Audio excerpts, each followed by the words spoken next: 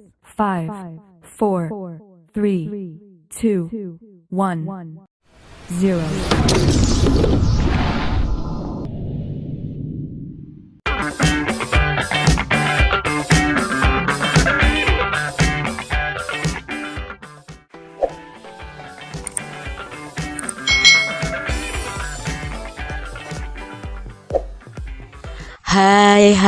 Hai, selamat datang di channel YouTube Kak Citra. Apa kabar adik-adik semuanya? Kak Citra berharap kalian dalam keadaan yang baik, sehat, dan siap untuk belajar. Hari ini kita akan belajar bersama-sama untuk mata pelajaran tematik kelas 6. Kita akan belajar di tema 3, tokoh dan penemuannya, subtema 1, penemu yang mengubah dunia, pembelajaran yang ketiga. Mari adik-adik kita belajar dengan penuh semangat. Kita telah mengetahui beberapa tokoh yang berhasil mengubah kehidupan masyarakat dunia berkat penemuannya. Lalu siapakah tokoh penemu di bidang olahraga? Nah, kita akan belajar salah satu tokoh penemu di bidang olahraga. Bacalah informasi berikut untuk memperkaya pengetahuanmu tentang para tokoh penemu tingkat dunia. Nah, di sini Kak Citra punya salah satu tokoh penemu tingkat dunia, yaitu James Naismith. Ya, Naismith. James Naismith ini lahir di Kanada 6 November 1861. Ia adalah penemu olahraga bola basket adik-adik. Nah, Naismith ini saat itu tuh ditantang mencari cara untuk menghilangkan kebosanan yang dialami murid-muridnya dalam pelajaran olahraga saat musim dingin. Nah, Naismith ini terinspirasi oleh suatu permainan yang pernah ia mainkan saat kecil di Ontario. Naismith ini kemudian menciptakan permainan yang kemudian dikenal sebagai bola basket pada tanggal 15 Desember 1891. Nah, ini adalah salah satu tokoh penemu dunia, yaitu di bidang olahraga. Dia menemukan olahraga bola basket adik-adik. Jadi kalian pernah kan bermain bola basket? Nah, ini adalah penemu dari permainan bola basket. Sekarang adik-adik akan melakukan beberapa jenis latihan untuk meningkatkan kebugaran jasmani kalian atau kebugaran tubuh kalian. Baca informasi berikut dengan teliti, lalu adik-adik bisa praktekkan di rumah kalian masing-masing. Yang pertama, untuk latihan kebugaran jasmani adalah latihan kekuatan otot lengan. Nah, untuk melatih kekuatan otot lengan itu bisa kalian lakukan dengan pull up dan push up yang bertujuan untuk meningkatkan kekuatan otot lengan dan bahu. Nah, di sini Kak Citra punya gambar pull up ya adik-adik ya. Jadi kalian awalnya bergelantung di sebuah tongkat begitu, lalu kalian angkat tubuh kalian. Ini namanya pull up. Latihan kebugaran jasmani yang berikutnya adalah latihan kekuatan otot perut.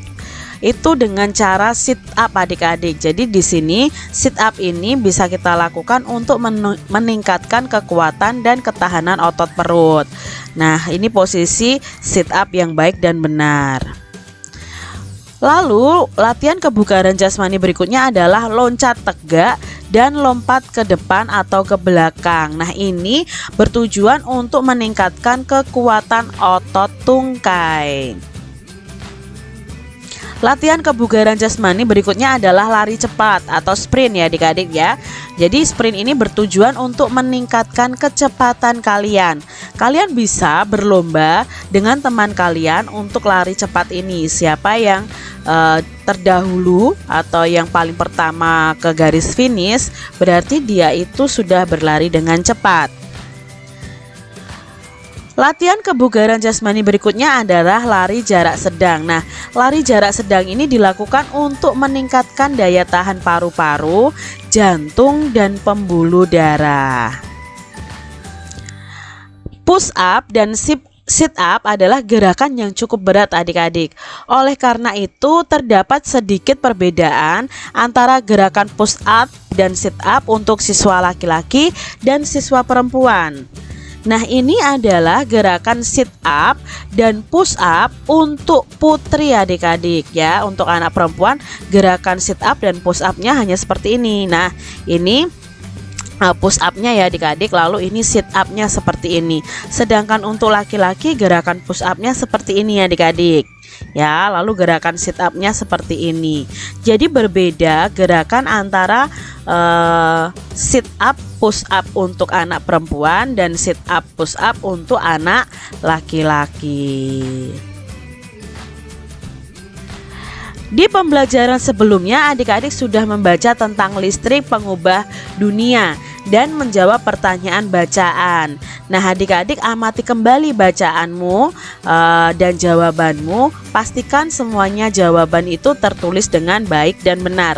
Nah, di sini Kak Citra tidak akan mengulangi membaca tentang teks listrik pengubah wajah dunia. Adik-adik bisa belajar di pembelajaran sebelumnya. Kak Citra sudah ada videonya ya, bagaimana Faraday ini menemukan arus listrik sebagai gelombang elektromagnetik. Nah, dalam bacaan ini kita juga belajar tentang rangkaian seri dan rangkaian paralel pada listrik adik-adik. Lalu dari bacaan tadi, karena terdiri dari 5 paragraf, di pembelajaran 1 kita sudah mencoba menjawab pertanyaan dari masing-masing paragraf. Misalnya paragraf 1, apa topik masalah yang akan disampaikan oleh penulis? Nah, penulis akan menyampaikan apa? Oh, menyampaikan penemuan arus listrik oleh Michael Faraday. Lalu di paragraf 2 itu apa yang kamu ketahui tentang arus listrik? Itu di paragraf kedua. Nah, arus listrik adalah gelombang elektromagnetik atau gelombang yang mampu merambat walau tanpa media perantara. Dan masih di paragraf 2 itu ada bagaimana proses perjalanan arus listrik dari pusat pembangkit hingga sampai ke rumah penduduk. Nah, ini adalah proses perjalanannya. Arus listrik itu yang dihasilkan dari generator di pusat pembangkit listrik disalurkan melalui kabel jaringan listrik tegangan tinggi berupa menara-menara tinggi menuju ke gardu-gardu penerima di berbagai daerah. Kemudian arus listrik disalurkan menuju ke rumah-rumah dan ke berbagai tempat yang memerlukan. Itu ada di paragraf 2.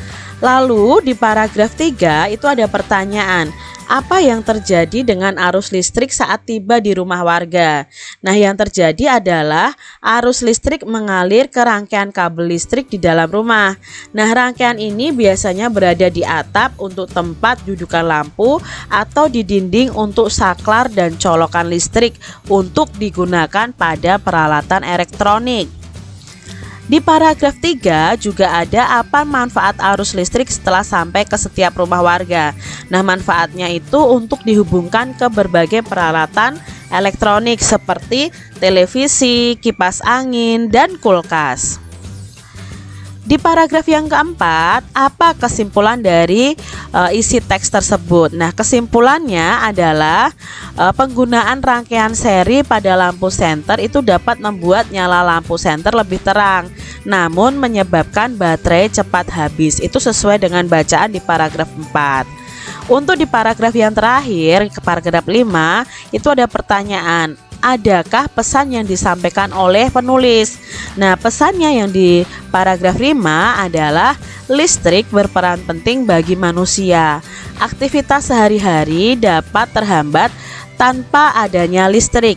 Kita juga harus menggunakan listrik dengan bijaksana. Nah, itu tadi topik dari masing-masing paragraf yang ada. Lalu kita belajar nih tentang teks eksplanasi ilmiah. Apa sih teks eksplanasi ilmiah? Jadi teks eksplanasi ilmiah adalah teks eksplanasi yang menerangkan suatu proses yang bersifat ilmu pengetahuan seperti gejala alam, terjadinya pelangi, proses arus listrik dan sebagainya ya, dan lain sebagainya. Nah, teks eksplanasi ini berfungsi untuk memberikan penjelasan adik-adik. Jadi menjelaskan sesuatu kepada pembaca tentang proses terjadinya sesuatu yang disusun menurut prinsip sebab akibat. Nah, dalam bacaan tadi itu juga menerangkan proses terjadinya arus listrik. Awalnya dari penemunya, lalu bagaimana arus listrik itu bisa mengalir ke rumah-rumah, itu dijelaskan adik-adik. Dan biasanya disusun dengan prinsip sebab akibat. Teks eksplanasi terdiri atas pernyataan umum atau pembukaan, deretan penjelas atau isi, dan penutup, yaitu suatu kesimpulan. Maka tadi di bacaan tadi juga ada kesimpulan di akhirnya. Bagian pernyataan umum itu berisi informasi singkat tentang apa yang akan dibicarakan atau diinformasikan. Jadi awal-awal tadi dibicarakan tentang Faraday yang menemukan arus listrik ya adik-adik, yang menemukan gelombang elektromagnetik yang bisa menghantarkan arus listrik. Lalu bagian deretan penjelas itu berisi urutan uraian atau penjelasan tentang proses dari peristiwa yang terjadi dan dijelaskan secara bertahap. Nah, tadi di bacaan tadi juga dijelaskan secara bertahap bagaimana urutan pengaliran arus listrik dari pembangkit listrik yang ada di pusat sampai ke rumah-rumah. Nah, bagian penutup adalah kesimpulan yang berisi interpretasi atau pendapat singkat penulis tentang topik yang dijelaskan. Nah, itu tadi tentang teks eksplanasi ilmiah. Sekarang adik-adik bisa mencoba untuk menjadi penemu cilik nih adik-adik. Ayo kita lakukan percobaan berikut ini. Nah, baca kembali daftar alat dan bahan yang telah kita buat pada pembelajaran sebelumnya, yaitu pembelajaran 1 dan 2. Itu Kak Citra sudah menerangkan apa saja alat dan bahan yang digunakan untuk membuat rangkaian listrik sederhana. Kita lalu bisa menyiapkan alat dan bahannya ya adik-adik ya. Dan kita membuat percobaan membuat rangkaian lampu seri sederhana. Amati kembali gambar rangkaian seri pada lampu. Kalian bisa menggambar rencana rangkaian lampu yang kalian buat. Sesuaikan dengan rancanganmu dan bahan-bahan yang kamu miliki. Kita juga bisa menambahkan jumlah lampu atau baterai sehingga rangkaian lampu yang dibuat teman-teman kalian sekelas nanti akan menghasilkan kualitas cahaya yang berbeda. Nah, di sini Kak Citra sudah ada gambar rancangan lampu seri sederhana. Jadi yang diperlukan ya dari baterai, kabel, lampu, saklar on off dan selain sebagainya. Nah, cermati panduan keselamatan kerja berikut sebelum adik-adik melakukan percobaan. Yang pertama, pastikan semua bahan itu dalam kondisi yang baik. Baterainya tidak berkarat atau bocor adik-adik. Kalau berkarat dan bocor itu bisa berbahaya. Pastikan tangan kalian bersih dan kering saat melakukan percobaan. Karena kita tahu listrik itu bisa mengalirkan strum ya adik-adik ya. Nah, kalau tangan kita basah, kita bisa saja terkena arus listrik itu dan kita bisa kesetrum begitu ya adik-adik ya. Lalu berhati-hati saat menggunakan benda tajam yaitu gunting. Gunakan alat dan bahan dengan semestinya. Buatlah laporan dari percobaan membuat rangkaian seri sederhana yang kalian buat. Nah, untuk membuat laporan ini kalian memerlukan nama percobaannya. Nama percobaannya adalah membuat rangkaian lampu seri sederhana. Nah, tujuannya apa percobaan itu? Mengenal rangkaian dasar listrik, mengetahui proses aliran arus listrik, dan melatih kreativitas. Lalu laporan berikutnya adalah berisi alat dan bahan yang kita gunakan. Nah, kalian bisa rincikan alat dan bahannya itu apa saja. Bisa kalian tuliskan fungsinya juga untuk apa saja. Lalu setelah itu kalian buat langkah kerja. Langkah kerja yang pertama adalah membuat tanda pada triplek untuk menentukan titik letak masing-masing komponen. Tempelkan dudukan baterai, saklar, dan fitting lampu di triplek sesuai dengan titik yang telah ditentukan. Kupas ujung kabel dengan cutter, lalu hubungkan ke terminal positif dudukan baterai. Potong kabel tadi sesuai jarak dudukan baterai dan terminal saklar. Kupas ujung kabel tersebut lalu hubungkan ke terminal saklar juga. Ulangi langkah ketiga dan keempat untuk menghubungkan terminal saklar ke terminal fitting lampu serta terminal fitting lampu ke terminal negatif baterai. Lalu tempelkan sedikit solasi di setiap sambungan kabel dengan terminal setiap komponen. Pasang lampu ke masing-masing fitting lampu dan pasang baterai ke dudukan baterai. Rangkaian selesai dibuat. Itu langkah kerjanya. Lalu berikutnya kesimpulannya adalah rangkaian seri itu membuat arus listrik mengalir dalam satu jalur. Jika salah satu lampu dinyalakan, lampu yang lain juga akan menyala adik-adik. Begitu juga ketika dimatikan, kalau satu lampu dimatikan, maka lampu yang lain juga akan mati.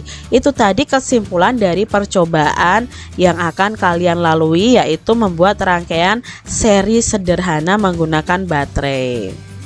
Demikian tadi adik-adik pembahasan kita di mata pelajaran tematik kelas 6, tema 3, subtema 1, pembelajaran yang ketiga.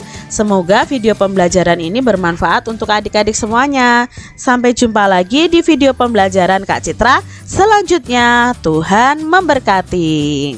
Jangan lupa tekan tombol subscribe, lalu tekan loncengnya, tekan juga tombol like, lalu share ke media sosial kalian. Jangan lupa untuk ikuti media sosial Kak Citra. Terima kasih.